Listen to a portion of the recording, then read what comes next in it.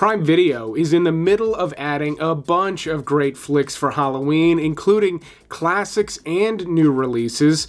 In this video, I'm going to quickly review all the best stuff Prime just added on October 1st, as well as the best movies coming to Prime throughout October. We've got a generous portion of fresh picks for Halloween, including one of my favorite flicks of the year and some of the most classic monster movies of all time. But he said it should be a problem? Shouldn't be a problem. Oh, should not? Yeah, should not. Okay, great. But before getting to those Halloween picks, on October 1st, they added a brand new Prime Video original movie that stars Mark Wahlberg and was written and directed by Shane Black, who also did The Nice Guys, Kiss Kiss Bang Bang. He's also the screenwriter for the Lethal Weapon movies. And even though Wahlberg has been on a real tear of straight-to-streaming schlock over the last couple of years, this movie was awesome. Maybe not quite as good as The Nice Guys or Kiss Kiss Bang Bang, but it fits in a similar wheelhouse.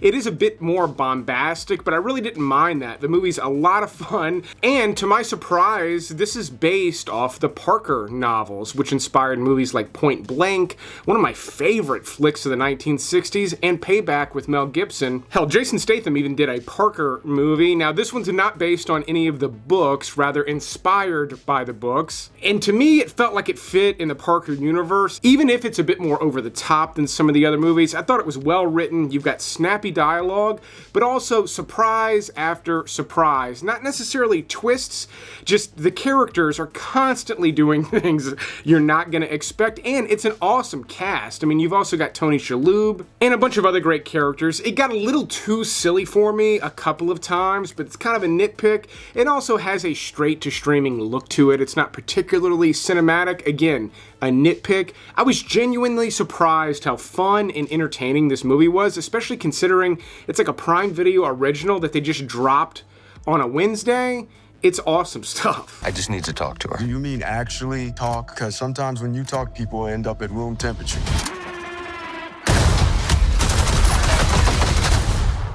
I'll be gentle. Now, on to some of the Halloween picks that they just added at the beginning of October. They just brought on Bodies, Bodies, Bodies for the first time. A very unique horror movie from 2022 that actually stood out to me that year. It is truly a Gen Z horror movie, and I don't mean it was just made for Gen Z. If anything, I think some of it's going to be lost on them. But essentially, you've got a bunch of young people hanging out, having a hurricane party. They're even playing murder mystery games or things like that. And then, of course, you know, it's a hurricane party. The lights go out, someone ends up dead, and you get a real murder mystery on your hands with Bodies, Bodies, Bodies. But on top of that, you've got these completely stressed out Gen Zers that essentially start tearing each other apart. Shoot me? I can't believe you're making this about you. And it is surprisingly on point. I think if you ever have any fun poking fun at that generation in particular, you can have a lot of fun with Bodies, Bodies, Bodies. Our friend is dead. So if you could just not escalate this situation, I'm not escalating. You're holding the knife and you're moving your hands while you talk. And it's not overly frightening. You know, this is not a slasher movie. It really is a classic murder mystery style movie, but with a real hell of a modern edge. Oh, he's gaslighting me. You fucking trigger me. You are so toxic.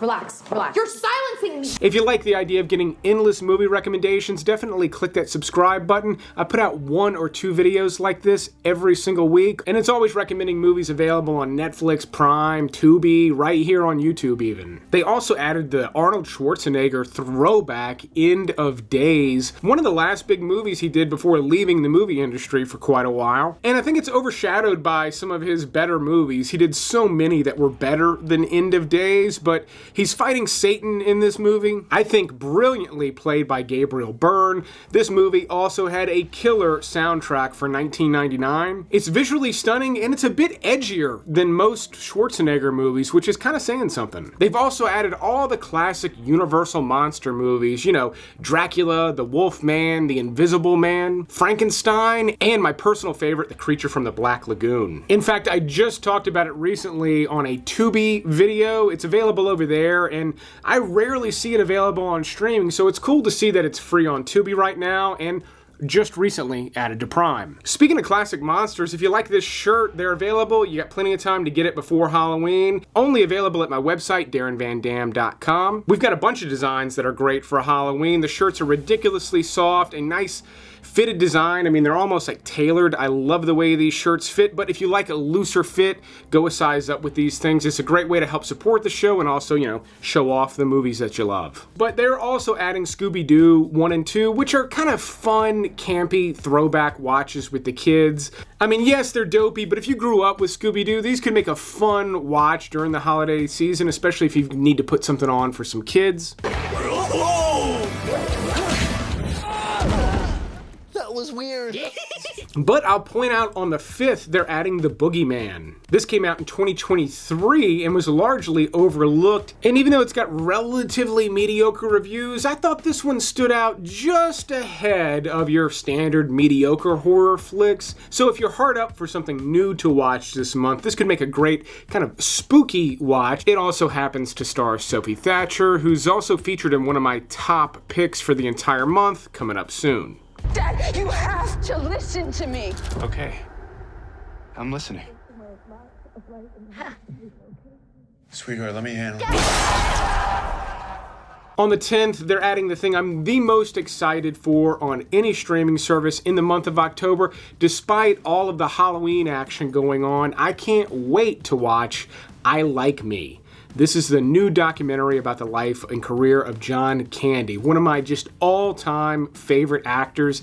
In fact, not only is he one of my favorites, I have just had a growing affection for John Candy and his roles as I've gotten older. To me, he stands out as a completely unique force in Hollywood. He was also largely reported as just being a genuinely good human being, so I personally cannot wait to watch this. On the 16th, they're adding a pretty badass Halloween pick. Not quite a full-blown horror movie, but Dracula Untold is a slick-ass movie. Very similar to the story told at the beginning of the film Bram Stoker's Dracula, the one that Coppola did. There's this war going on, and this does go to just extreme supernatural areas. It's not like this is the true story of Vlad the Impaler or anything like that. It's a full-blown, kind of sexy, dark, moody, supernatural flick with a lot of special effects and kind of a wow factor. It's a pretty dazzling movie.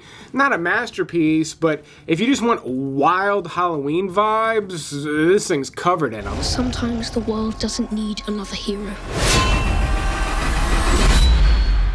Sometimes what it needs is a monster. But 2 days after that, on the 18th, one of my favorite flicks released in 2025 so far. It was also one of the most surprising horror movies I saw all year, maybe the second most surprising, The Companion. Now, this is the other movie starring Sophie Thatcher. In this movie, she plays a sex robot. That is a little bit of a twist about 15 minutes into the movie, but honestly, they give away all this in the trailers. Hell, even the poster gives away the fact that she's robotic. The thing is, she's completely unaware, and when she finds out, she does not take it lightly. I loved all the twists and turns this story took. It never went in directions I was expecting. It felt fresh from beginning to end. It's also quite funny. And I know Jack Quaid is oversaturated at the moment. He's in a ton of stuff. Hell, he's even in Novocaine, which they just recently added to Prime Video. A rom-com that I did like, but it kind of underwhelmed me at the same time. His performance in Companion, I think, is his best work. He is so funny in this movie. And while it is pretty bloody, it's also not just completely terrifying. This is one you can have a lot of fun with, especially if you're down to discover something that's kind of interesting, different, and fresh this October. The Companion's one of my top picks for the month. Are you breaking up with me? It's not you. It's me.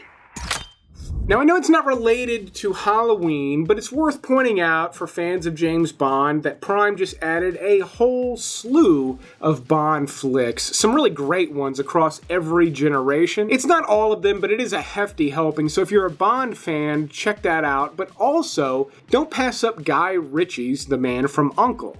Now, this is a movie based on the old TV show, and as far as those go, I think The Man from U.N.C.L.E. is just totally awesome. It does have a Guy Ritchie vibe, but it also kind of has that 1960s James Bond vibe. Without it being too cheesy or campy or forced, it actually feels pretty authentic in The Man from U.N.C.L.E. in a way that just doesn't really occur with other movies in this genre, making this movie almost like a vintage Bond movie of sorts. So, again, Bond fans, you gotta check this one out. Not very good at this whole subtlety thing, are you? It'll be like this for 20 minutes. Can't touch. Now, finally, on the 31st, on Halloween night, they're adding The Woman in the Yard, a horror movie that released in theaters maybe 6 months back or so. I gotta say, not only is this thing pretty standard as far as this type of horror movie go, meaning it's not overly creative or unique, I also found it to be fairly dull. Another movie, though, that is somewhat similar, already existing on Prime Video. It's titled Breathing In. This takes place in South Africa in 1901 after the Anglo-Boer War. It is essentially a witch movie, and a really creepy one at that, but I'll say it plays out a lot like a stage play. Most of the movie takes place in this one little shack between just 3 characters, so it's much more of a performance piece, but I thought it was excellent. It's very slow paced. In fact, it was about an hour into the movie before I got like a real, like, whoa, what the hell's going on moment. But I found it to be more artfully done than The Woman in the Yard, with similar themes, and ultimately it went to a much more interesting place. I must not lose. Real quick, for some other recommendations out of things that they added on the first that are not Halloween related, they've got Argo, which I love that movie, but they also have an extended edition, which I have not seen, and it's been years since I've seen Argo, so sometime in October I'm going to be checking out that extended edition. You don't have a better bad idea than this? This is the best bad idea we have, sir. By far. They also just added Bad Words. This is a dark comedy directed by Jason Bateman. He also stars in it. He plays a grown man who's entering children's spelling bee competitions. There's a loophole, they explain the whole thing, and it's very funny. He says some awful stuff to children in this movie, but the movie ultimately has a lot of heart, and it's headed somewhere. It takes quite a while to get there, but it's ultimately well worth it. I love recommending this dark comedy. Don't point that curry hole that way and sit your ass down in that seat. I'm going to tell the captain that your bag's ticking. Another dark comedy is Being John Malkovich, another movie I have not seen in years. This one just went way off the rails for me. It gets almost too bizarre to really handle, but it's also just beautifully done, like one of Spike Jonze's best. If that's too weird for you, they're adding the entire Indiana Jones quadrilogy. While I know a lot of people don't like that 4th one, my goodness, the first 3 are such incredible movies in really every way imaginable. I'll say the Temple of Doom suffers from some pacing in the middle compared to the other 2, but the other 2 are like practically perfect movies. They hold up just insanely well. If it's been a long time since you've seen them, there's literally nothing more entertaining on Prime Video right now. But they also added Waterworld, a movie with just like an amazing production design. I know it's got its silly moments, but it's such a visually stunning movie and is really just one of a kind. And we'll wrap up with Braveheart, a movie I don't know that I've seen available on streaming in ages. Like at one time considered like the best movie of all time, certainly still one of the best movies ever made. Watch it the next time you've got 3 hours to kill. Here's a recap of the list along with some other sites currently hosting these same movies. But I'll keep making these videos as long as y'all keep watching them. Thanks for watching this Prime Video episode, and you will see me on the next one.